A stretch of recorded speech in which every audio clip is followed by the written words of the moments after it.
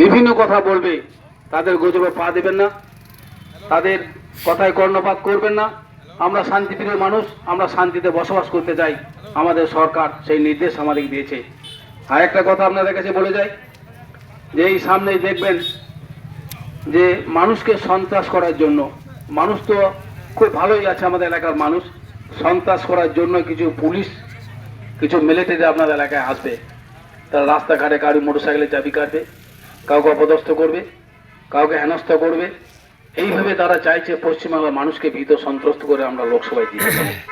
কিন্তু পশ্চিমবাংলার মানুষ অত বোকা নয়, তারা জানে পশ্চিমবাংলার মানুষ রাজনীতি করে, এরা কাকেরা ভোট দিলে পশ্চিমবাংলার মানুষ ভালো থাকবে, কাকে নির্বাচিত করলে পশ্চিমবাংলার মানুষ ভালো থাকবে, সেইটা পশ্চিমবাংলার মানুষ জানে।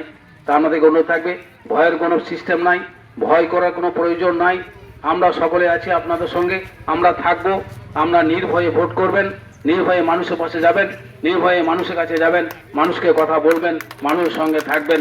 আর পরিশেষে একটা অনুরোধ করি আপনাদের কাছে, যে আগামীকাল 7ই মার্চ বৃহস্পতিবার বেলা 3টের সময় আপনারা কেউই বাড়িতে থাকবেন না, সকলেই যাবেন।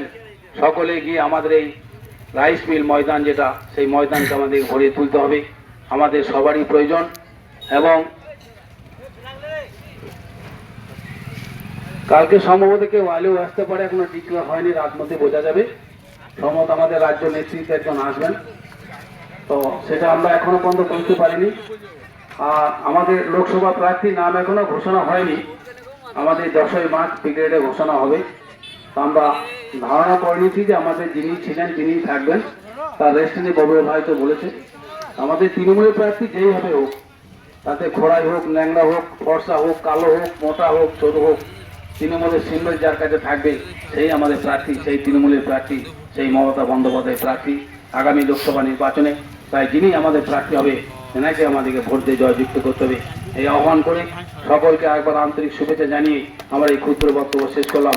জয় হিন্দ, বন্দে মাতরম, তৃণমূল কংগ্রেস জিন্দাবাদ, নানাসোল অঞ্চল কমিটি জিন্দাবাদ, মঙ্গলডা অঞ্চল কমিটি জিন্দাবাদ, অনুব্রত মণ্ডল জিন্দাবাদ, চন্দনা সিনহা জিন্দাবাদ, ফজলুর রহমান জিন্দাবাদ, মমতা বন্দ্যোপাধ্যায় জিন্দাবাদ।